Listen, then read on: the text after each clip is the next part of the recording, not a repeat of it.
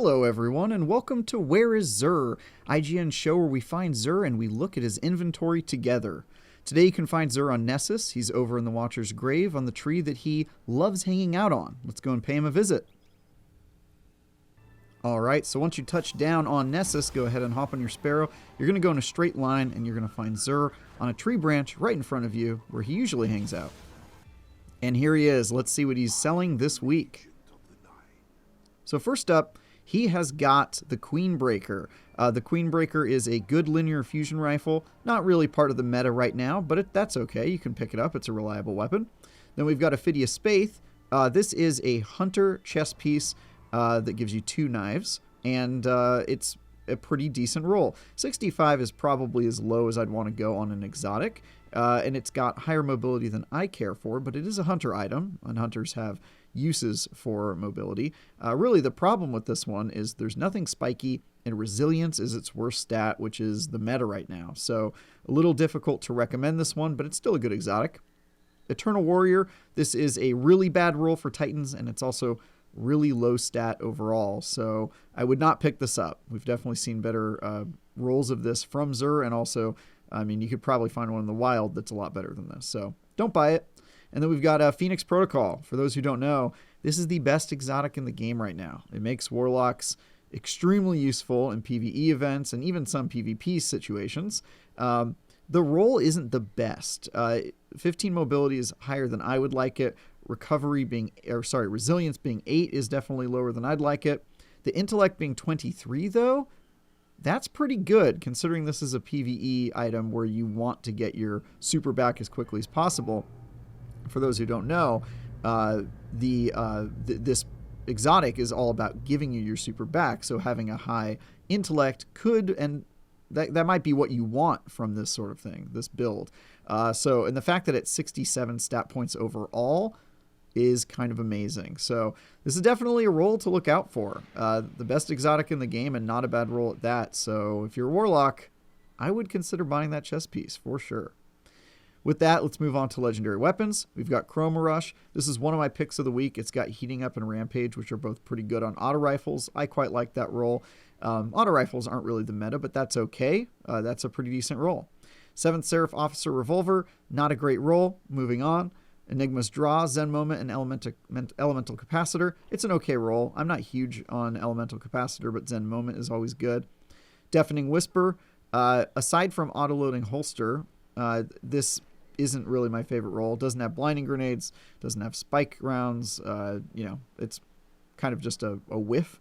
Ikelos Sniper Rifle. This is almost always a reliable weapon. High impact reserves is great. Not a huge fan of Perpetual Motion. I would say that this is mid at best in terms of the roll.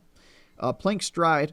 Again, this roll isn't amazing, but it is a machine gun that we don't see a whole lot. So I'm inclined to just be happy that Xur's got new stuff, but there's nothing crazy about this roll. But still, if you missed this weapon for whatever reason in the season it came out in, now is an opportunity to pick it up.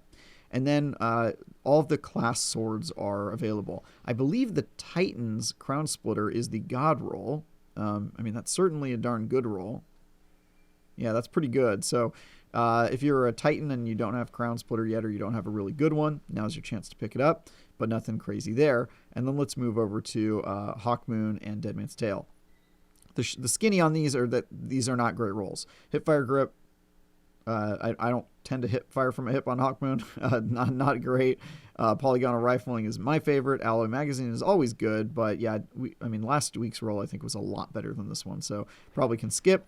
Same with Deadman's Tail. Killing Wind is cool, but Ricochet Rounds isn't really my favorite. It's kind of a novelty perk. Fluted Barrel and Fitted Stock. No Vorpal Weapon. No high impact rounds. It's not my favorite roll we've seen. And then let's talk about armor. So we're not going to talk about Warlock armor this week because they got skunked, but we are going to go over Titan and Hunter armor. Titan's got this level 60, which isn't great. Too high mobility, too low resilience, and the strength is the only spiky stat. We've got this chest piece, which is terrible, despite the fact that it's got extremely low mobility and high discipline and decent resilience. So it's weird, but this is a 58 that maybe you consider if you just really are desperate for low mobility and high elsewhere kind of a roll. 1600, sorry, a 63 power with a 15 mobility. Another one that I'm sort of just not thrilled with because of the high mobility and low resilience. And then finally, the boots. This is really the only one worth considering. 65 overall stat points. Unfortunately, 20 of those, a whopping 20, is put into mobility, and then resilience is low. But it's a 65, and Xur doesn't give those out too often these days. So, look at it. It's nice. I'm glad we got a 65 on Titans, but stat distribution is sort of worst case scenario. So, probably limited use case for Titans. And with that, let's move on to the Hunter's armor. And here we are. Let's see what the Hunters have got. All right, so first up, we've got this pair of gauntlets, high mobility, okay discipline. This is not one to consider. 65, so this is one of their good rolls this week. The thing I like about this roll is that it's got pretty even distribution across the board, and it's got high overall stat total. So this is sort of a good piece to maybe fill in your loadout to give you maybe a little help in a bunch of different areas. But it's not very spiky. Resilience is way too low, and even the mobility, at least for me, is higher than I'd like it to be. Helmet 57, don't buy that, and the boots at 62, you probably aren't going to buy this one either. So really it's just the chess piece this week for the Hunters. For the Titans, I think it was the boots. Everybody got kind of one okay roll. I would say the Hunters probably win out ultimately because of their they don't have 20 mobility on their roll. But really the star of the show this week is Phoenix Protocol, guys. Warlocks. If you don't have this, if you don't have a roll that's at least this good, you should definitely be buying that. But that's all we got.